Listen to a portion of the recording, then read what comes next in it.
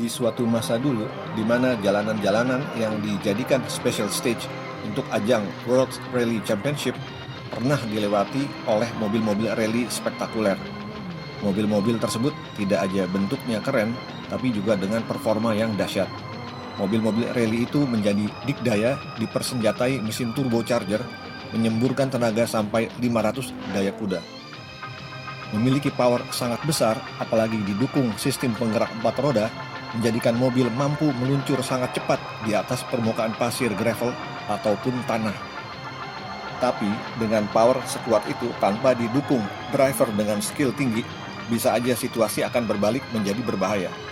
Karena tidak mudah mengendarai mobil berpower raksasa dalam kecepatan tinggi di permukaan jalan berpasir atau tanah licin. Mobil terlempar keluar dari lintasan dalam hitungan milidetik kalau aja driver melakukan kesalahan. Kemampuan akselerasi mobil rally Grup B sangat fantastis cepat. Lancia Delta S4 yang dikemudikan Pirelli Henry Toivonen mampu berakselerasi dari 0 ke 100 km dalam waktu hanya 2,3 detik aja di atas permukaan gravel. Luar biasa. Pembalap F1 Nigel Mansell yang pernah mencoba mengemudikan mobil rally Grup B Peugeot 205 Turbo mengatakan, mobil tersebut akselerasinya dapat mengalahkan akselerasi mobil F1 Williams Renault.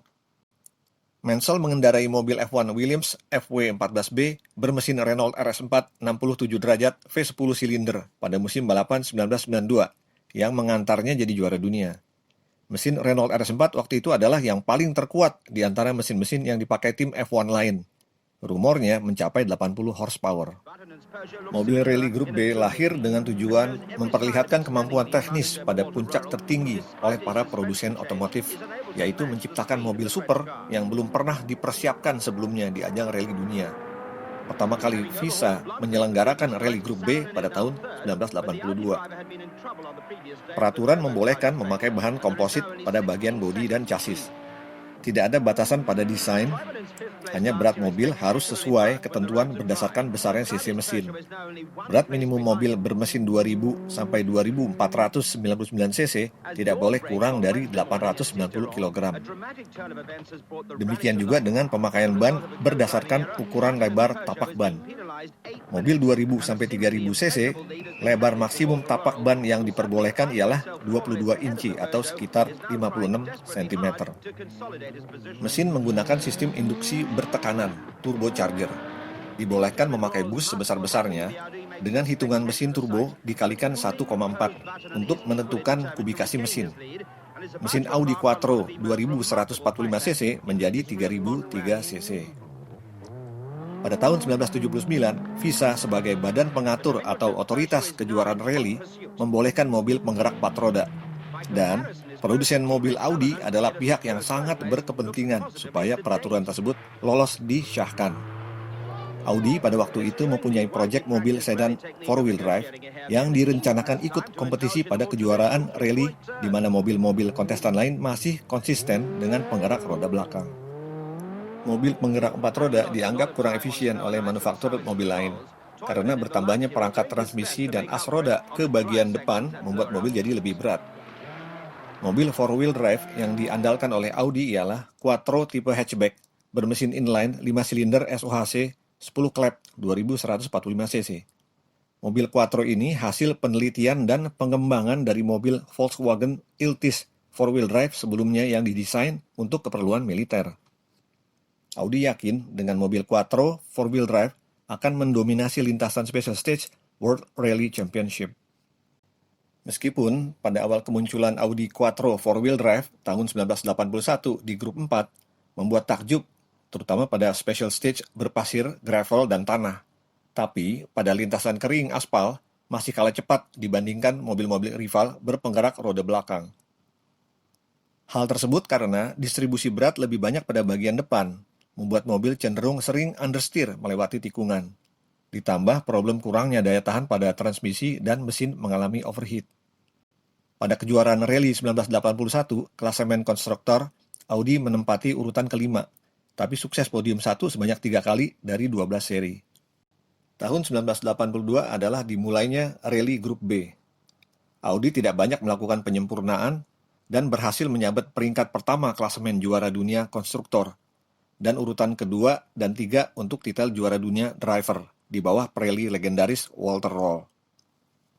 Driver tim Audi Sport Michèle Mouton menjadi Pirelli wanita pertama sebagai runner-up, menyabet 3 kali podium 1 dan terpaut hanya 12 poin dari juara dunia Walter Röhrl dengan Opel Ascona 400. Mempersiapkan rally tahun 1983, Audi melakukan penyempurnaan pada versi mobil Quattro dengan kode A1.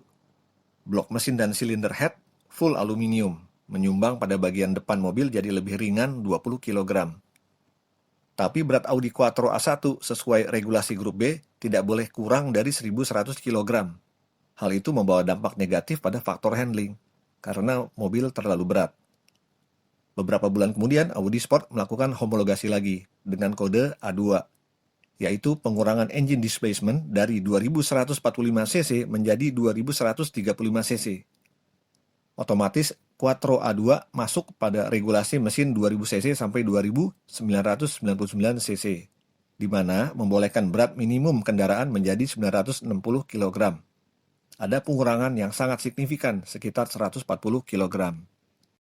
Tahun 1983, Hannu Mikkola membawa Audi Quattro A1 A2 menjuarai rally grup B. Hanya juara dunia konstruktor yang diraih tahun 1982 direbut oleh tim Martini Racing dengan mobil Lancia 037.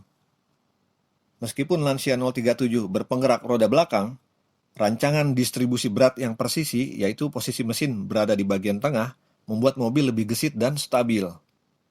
Semakin banyaknya kompetitor bermain dengan mobil penggerak 4 roda, posisi mesin di tengah, seperti Peugeot 205 Turbo Evo, pada pertengahan tahun 1984, Audi mengeluarkan versi Sport Quattro S1, menyemburkan tenaga gajah 450 horsepower. Realitanya, Audi Quattro punya aspek negatif. Dimensi mobil yang terlalu besar, letak distribusi berat lebih banyak pada bagian depan, membuat mobil cenderung understeer di tikungan. Membetulkan itu semua, tidak ada pilihan lain kecuali merancang mobil dari awal, from the scratch. Menempatkan posisi mesin di tengah supaya lebih stabil, dan distribusi berat yang presisi. Tapi himbauan para engineer tidak disetujui oleh petinggi Audi. Mobil tetap seperti itu.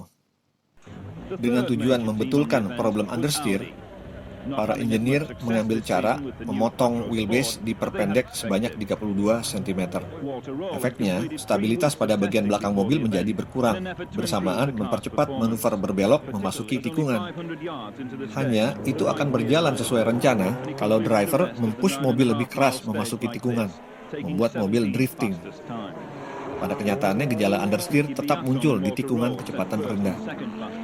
Tahun 1984, tim Audi Sport kembali sukses juara dunia driver posisi 1 dan 2, juga juara dunia konstruktor. Pada sisi lain, performa Peugeot 205 Turbo 4-wheel drive Evolution, power 350 horsepower, yang semakin mantap, memaksa tim Audi Sport ekstra hati-hati. Dimensi mobil Peugeot 205 Turbo Evo yang kompak dan ringan, letak mesin di tengah, manuver mobil menjadi lebih gesit dibandingkan Audi. Jelas potensi ini akan mengancam tim Audi Sport. Tidak ketinggalan juga, tim Martini Racing meluncurkan mobil rancangan terbaru. Dibangun secara presisi, yaitu Lancia Delta S4. Sama seperti Peugeot 205 Turbo Evo, Lancia Delta S4 begitu kompak dan ringan, letak mesin di tengah atau mid-engine. Memanfaatkan faktor aerodinamik seefisien mungkin, secara intensif mobil dites di dalam terowongan angin. Power mesin menyemburkan antara 450 sampai 550 horsepower. Mengantisipasi ancaman serius dari tim Peugeot dan Lancia, Audi Sport meluncurkan mobil ikonik, yaitu Sport Quattro E2. Hasil evolusi dari Sport Quattro S1 dengan mengaplikasikan keuntungan aerodinamik yang belum pernah dilakukan oleh mobil-mobil rally sebelumnya.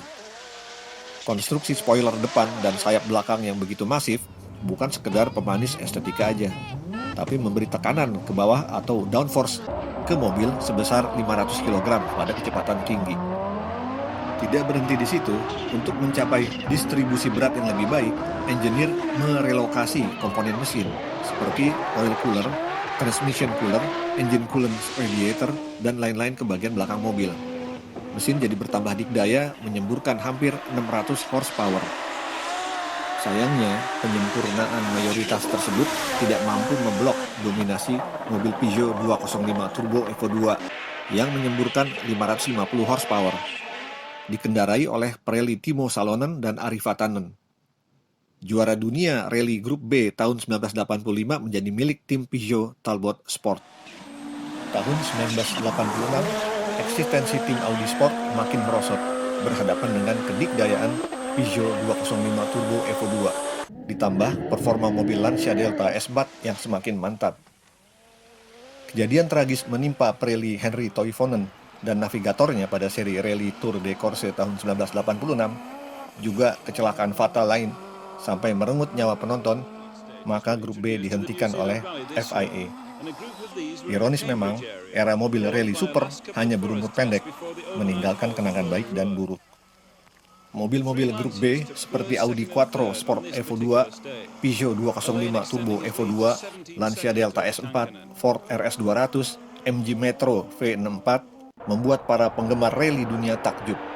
Power mesin begitu dahsyat, mobil melesat sangat cepat dengan suara menggelegar di tiap stage yang dilalui. Demikian teman-teman, bahasan singkat ini mengenai mobil-mobil monster rally grup B yang pernah merajai seri-seri rally dunia. Terima kasih.